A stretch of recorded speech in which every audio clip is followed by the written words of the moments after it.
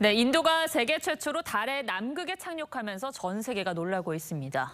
우주 패권 전쟁이 본격화하는 와중에 우리 한국의 우주 산업은 어디쯤 와 있는지 산업부 박상현 기자와 따져보겠습니다. 자, 박 기자.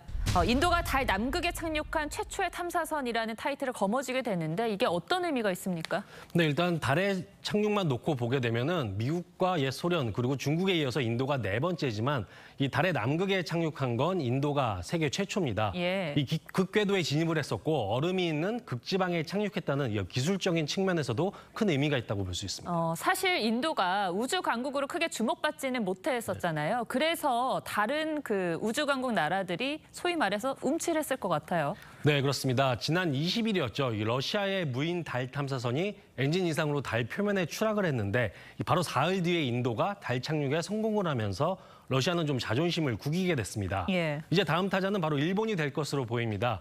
일본은 내일이죠. 우주센터에서 로켓을 발사하는데 여기에 소형 달 탐사선이 실리게 됩니다. 일본은 내년 1, 2월쯤에 이 달 착륙을 계획을 하고 있다 이렇게 밝혔습니다. 미국과 중국도 당연히 준비를 하고 있겠죠. 그렇죠. 그러니까 미국과 중국 같은 경우는 강국이기 때문에 우주에서 달에 우주기지를 세운다는 목표로 달 탐사를 현재 준비하고 있습니다.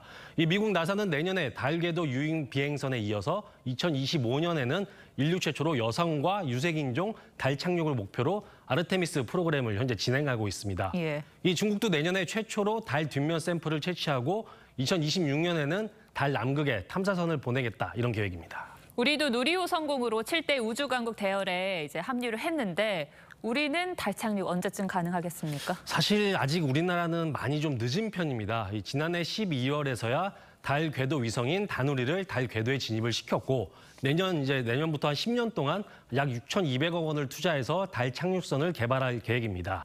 계획대로 척척 된다 해도 10년 뒤에나 달에 착륙선을 보낼 여건이 생기는 거군요. 한참 멀었네요. 네, 그렇습니다. 어떻게 보면 안타깝지만 이제 국내 우주 산업의 이게 현실이거든요. 이 착륙선 개발까지만 10년이 넘게 걸리는 데다가 이 연착륙을 검증하기 위한 검증선 역시 빨라야 2031년에 개발될 것으로 보입니다. 이런 여러 과정을 거쳐서 실제 달 착륙선은 2032년에 발사가 가능할 계획입니다. 사실 우주 산업은 국가 차원에서 이뤄져야 되는데 투자가 많이 안 되고 있습니까? 네, 어쩌면 국내 우주 산업은 누리호 성공부터 본격 시작됐다고 봐도 무방합니다. 무엇보다 인도와 비교할 때 예산 규모 자체가 다릅니다. 내년도 국내 우주 산업 예산은 8,300억 원 정도인데 매년 2조 가까이 쏟아붓고 있는 인도의 절반에도 못 미치는 수준입니다.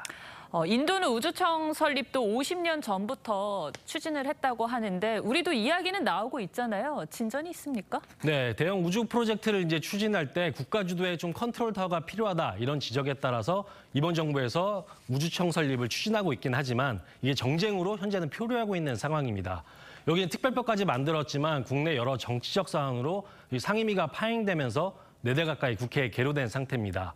여기에 우주청의 위치와 조직 구성 등을 놓고 의견이 충돌하고 있어서 좀 현재로서는 연내 개청도 쉽지 않다 이렇게 말이 나옵니다. 네, 말로는 우주 시대를 외치면서 정쟁에 가로막히는 현실은 변하지 않는 것 같습니다. 네, 박 기자 잘 들었습니다.